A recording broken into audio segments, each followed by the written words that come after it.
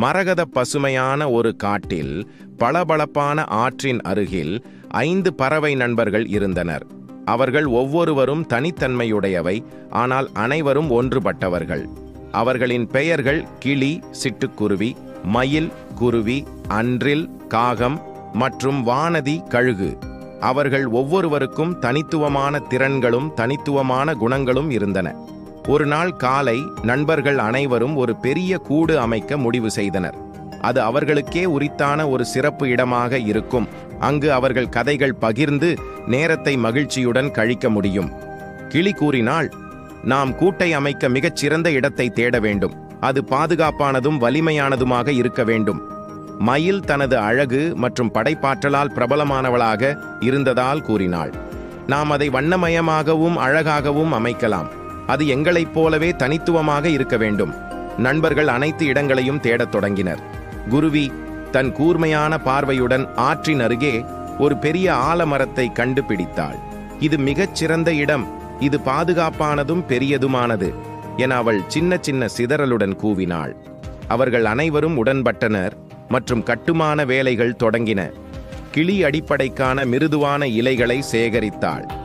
மயில் வண்ணமயமான இறகுகளை கொண்டு வந்து அலங்கரித்தாள். அன்றில் வலிமையான கிளைகளை கொண்டு கட்டமைப்பு செய்தான். குருவி சிறிய புல்களை கொண்டு இடைவெளிகளை நிரப்பியது. வானதி தன் வலிமையான இறக்கைகளால் கனமான கிளைகளை கொண்டு வந்தாள். அவர்கள் இணைந்து அழகான மற்றும் வலிமையான ஒரு பெரிய கூடை அமைத்தனர். அந்த கூட்டை அவர்களின் நட்பின் ஒரு சின்னமாகவும் ஒருமைப்பாட்டின் வலிமையாகவும் இருந்தது. ஒரு சில வாரங்களுக்கு பிறகு வானம் கருமை கொண்டது. புயல் வருவதை காட்டு மிருகங்கள் உணர்ந்தன. 5 நண்பர்களும் தங்கள் கூடுக்குச் சென்றனர். வானதி கூறினாள், இந்த புயல் மிகவும் தீவிரமாக இருக்கும். நாம் கூட்டுக்கு பாதுகாப்பு செய்ய வேண்டும். புயலின் போது பலமான காற்றுகள் ஆலமரத்தை அதிரச் செய்தது. மயில் அச்சத்துடன் கூறினாள், நம் கூடு கலைந்து விடுமோ?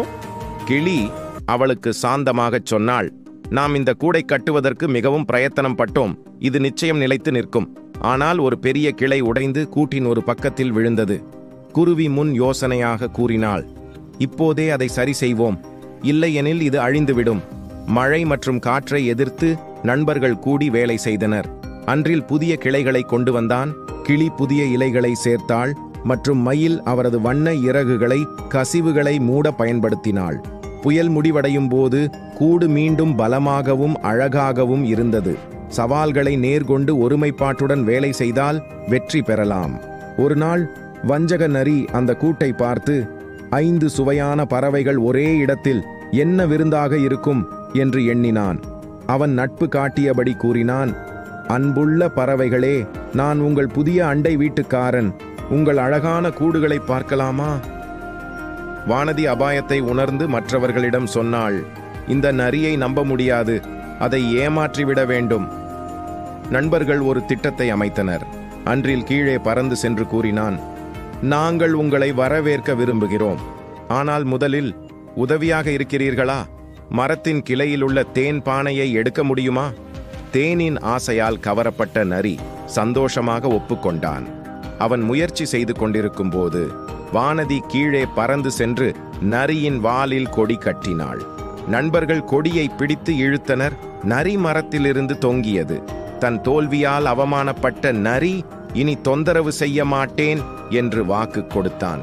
சிறந்த யோசனைகள் வெற்றி பெறும். ஒரு மாலை குருவி ஒரு குஞ்சின் அழகுரலை கேட்டாள். அது ஆற்றங்கரையில் தனியாக இருந்தது. குஞ்சு கூறியது, நான் என் கூட்டிலிருந்து விழுந்து விட்டேன்.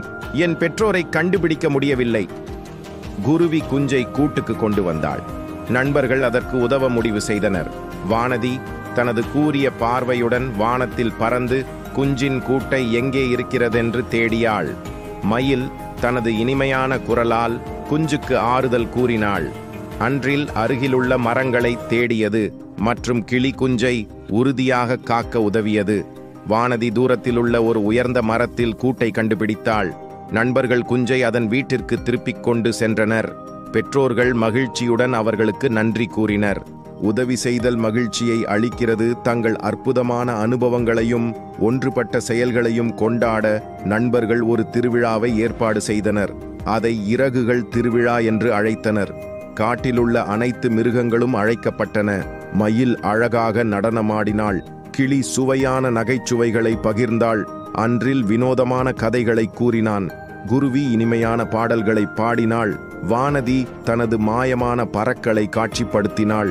அந்த திருவிழா சிறப்பாக நடைபெற்றது மற்றும் காட்டு மிருகங்கள் 5 நண்பர்களின் ஒற்றுமையை பாராட்டின. கிளி, மயில், குருவி, அன்றில் மற்றும் வானதியின் கதை ஒருமைப்பாட்டின் மிகப்பெரிய பாடங்களை வழங்குகிறது. அவர்கள் ஒருபோதும் பிரியாதவர்கள் என்ற சின்னமாக இருந்தனர். நட்பு மற்றும் ஒற்றுமையால் எந்த சவால்களையும் சமாளிக்கலாம்.